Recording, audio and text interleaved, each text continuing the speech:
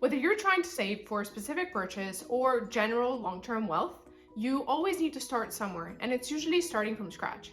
Around 15% of adults in the UK and around 30% in the US have no savings at all, so any type of unexpected expense can actually lead them going into debt, which might be a tricky situation on its own.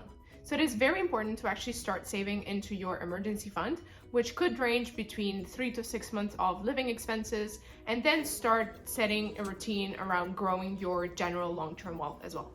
It is a tricky process to start, but it's always important to approach it in a step-by-step manner, starting with some easy steps, such as, for instance, paying yourself first. I previously made a video on my payday routine where I actually talked about this in a lot more detail, but essentially the concept is that you have to actually separate out that amount you want to save and put it outside of your spending account.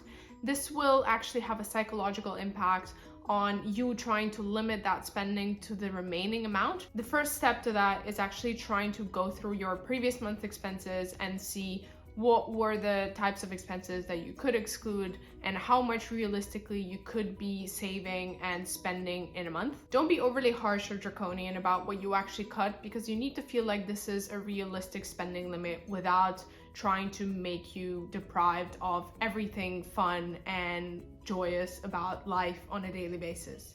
So try to see what you value less and more and try to have a spending limit based on that.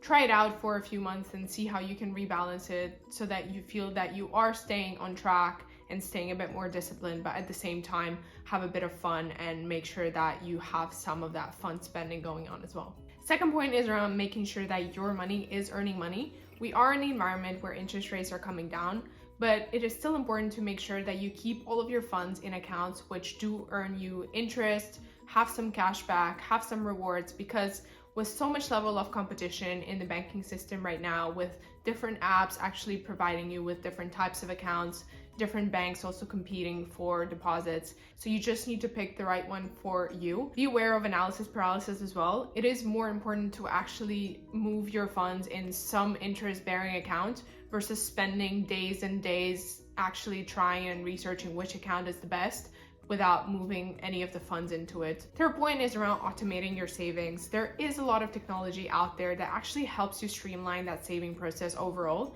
and actually helps you do it on a regular basis.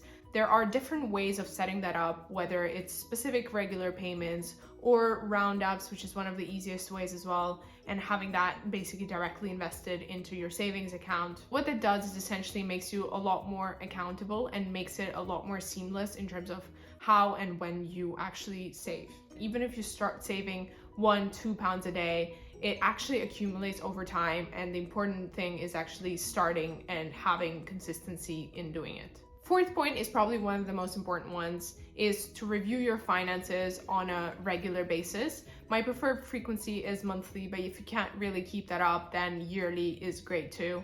There are a lot of apps now that actually help you track your spending and actually put that into categories. Your spending account would usually have that too. So it could be as easy as logging onto the app and actually reviewing the categories of your spend on a monthly or yearly basis, and actually just being aware of where your money goes and how much of it actually goes into a specific category. The advanced version could probably include Excel and have the categories personalized to you and splitting out what actually matters to you and what doesn't. But again, if you're about minimizing the time commitment and maximizing the efficiency, the app version would probably do just as well. And it's not about punishing yourself and actually thinking about, oh my God, I spend this much on takeout coffee on a monthly basis, but it's about making you aware of where your spend actually goes and what matters to you. If that one takeout coffee actually makes you a lot happier and makes up your day, then be it. You can probably erase some other spend that you care a lot less about. And it's all about balancing out what matters most to us and how we actually create that personalized budget and personalized spending limit that works for us. For me personally, I would much rather walk for 30-40 minutes to some location than spend 20-30 quid on an Uber, while at the same time I can as easily go into a pastry shop and actually spend 20-30 pounds on that cake and pastry that would actually absolutely make my day and actually enjoy it a lot more than I would have an Uber. So it's all about what matters to us and what we actually enjoy spending money on without actually punishing ourselves and trying to put draconian measures on ourselves as well. Overall, starting to save is hard, and keep saving is even harder, but even that £1 or $1 can be a good start to your savings journey and help you create that mindset of saving consistently. As always, thanks for watching. I hope you've enjoyed the video, and stay tuned for more.